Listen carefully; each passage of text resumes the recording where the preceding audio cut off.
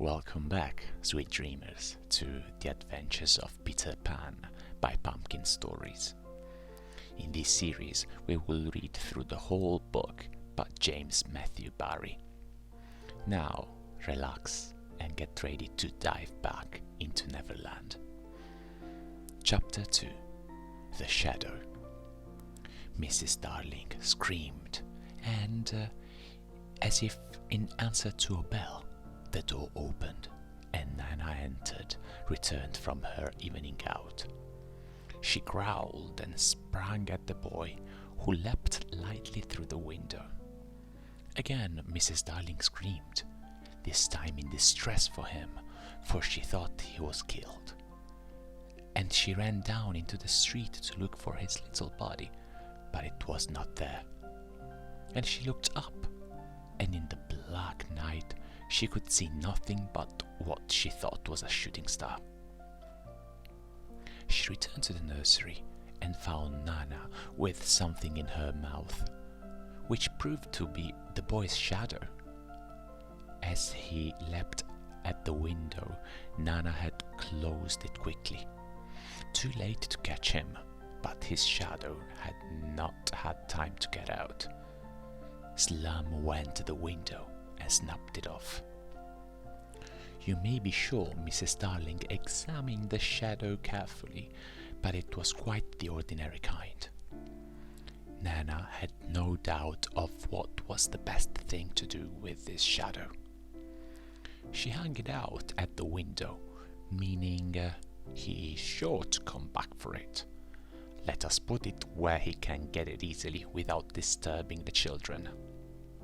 But unfortunately, Mrs. Darling could not leave it hanging out at the window.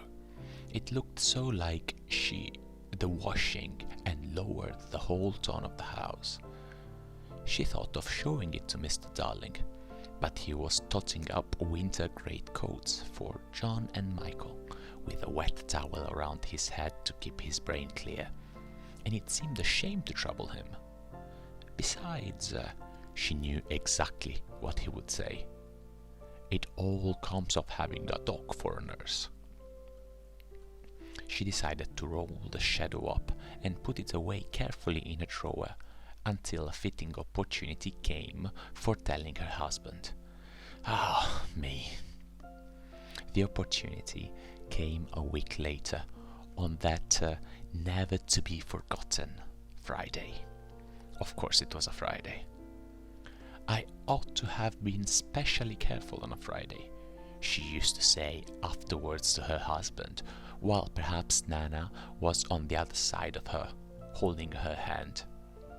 No, Mr. Darling always said, I am responsible for it all. I, George Darling, did it.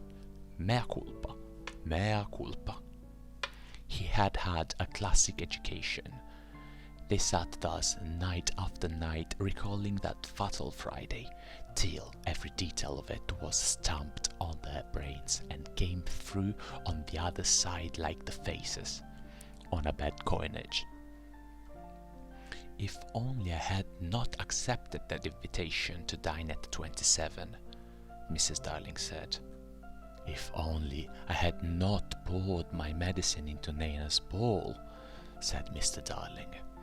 If only I had pretended to like the medicine, was what Nana Wet Eyes said. My liking for parties, George, my fatal gift of humour, dearest.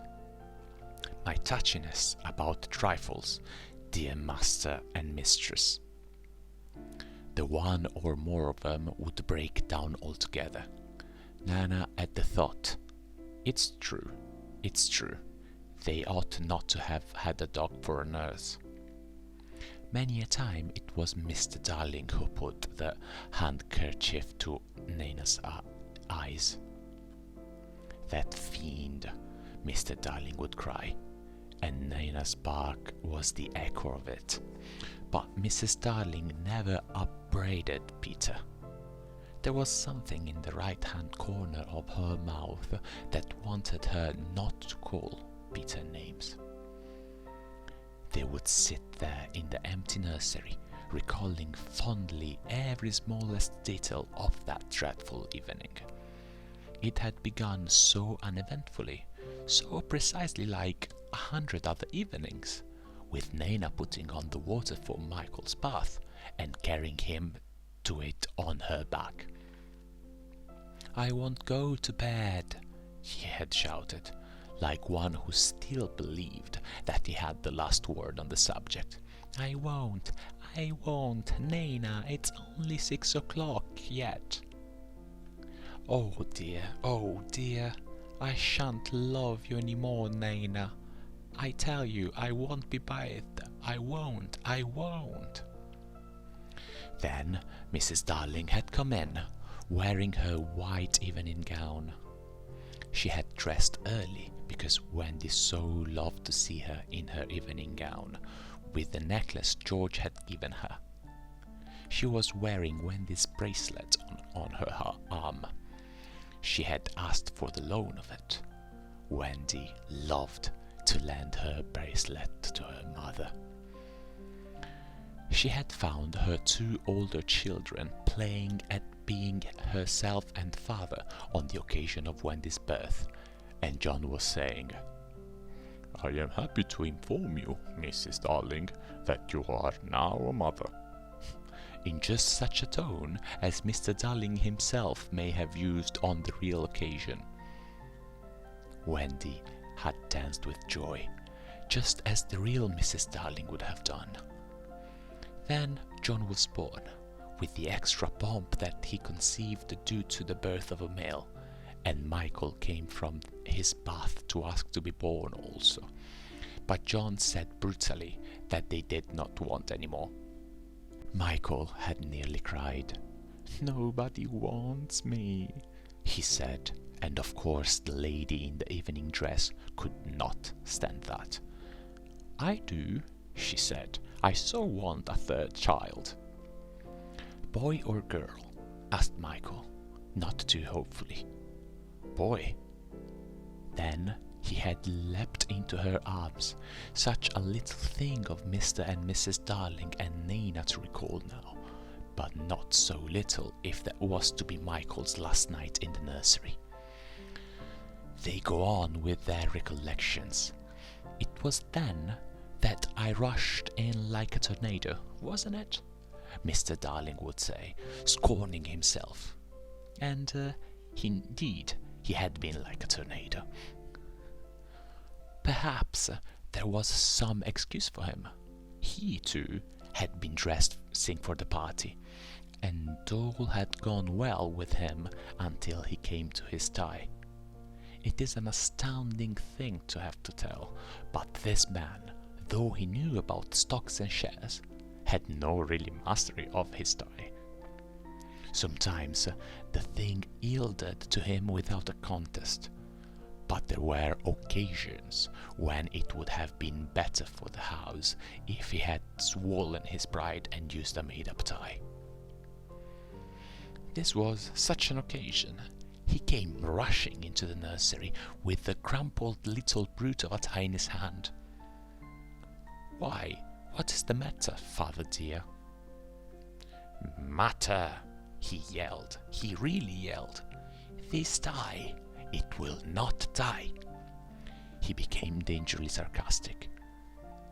"Not round my neck, round the bedpots. Oh yes, 20 times have I made it up round the bedpots. But round my neck, no. Oh dear, no. Begs to be excused." He thought Mrs. Darling was not sufficiently impressed, and he went on sternly. "I warn you of this, mother, that unless this tie is round my neck, we don't go out to dinner tonight. And if I don't go out to dinner tonight, I never go to the office again. And if I don't go to the office again, you and I starve, and our children would be flung into the streets." Even the Mrs. Darling was placid. "Let me try, dear," she said, and indeed that was what he had come to ask her to do. and with her nice cool hands she tied his tie for him, while the children stood around to see their fate decided.